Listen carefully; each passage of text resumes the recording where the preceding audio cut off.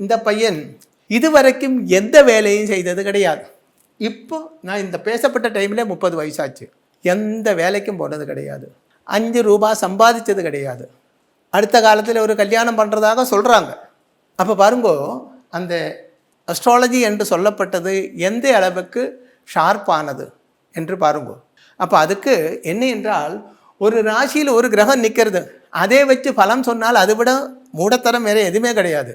ஒரு ராசியில் இருக்கப்பட்ட கிரகம், அந்த ராசிக்கு அதிபனாக இருக்கப்பட்ட கிரகம் எங்கே இருக்கிறது, அந்த ராசியில் இருக்கப்பட்ட கிரகத்தை எந்த கிரகம் பார்வை இருக்கிறது, இது மூணும் கால்குலேஷன் செய்துதான் பலம் சொல்ல வேண்டுமே தவிர இந்த ராசியில் இந்த கிரகம் இருக்கிறது.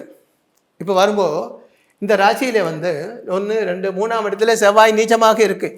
இதை வச்சு பலம் சொன்னால் அது ஒரு மகா மண்டத்தரம். அந்த செவ்வாய் பாவாதிபத்தியம் கொண்டு எப்படி இருக்கிறது,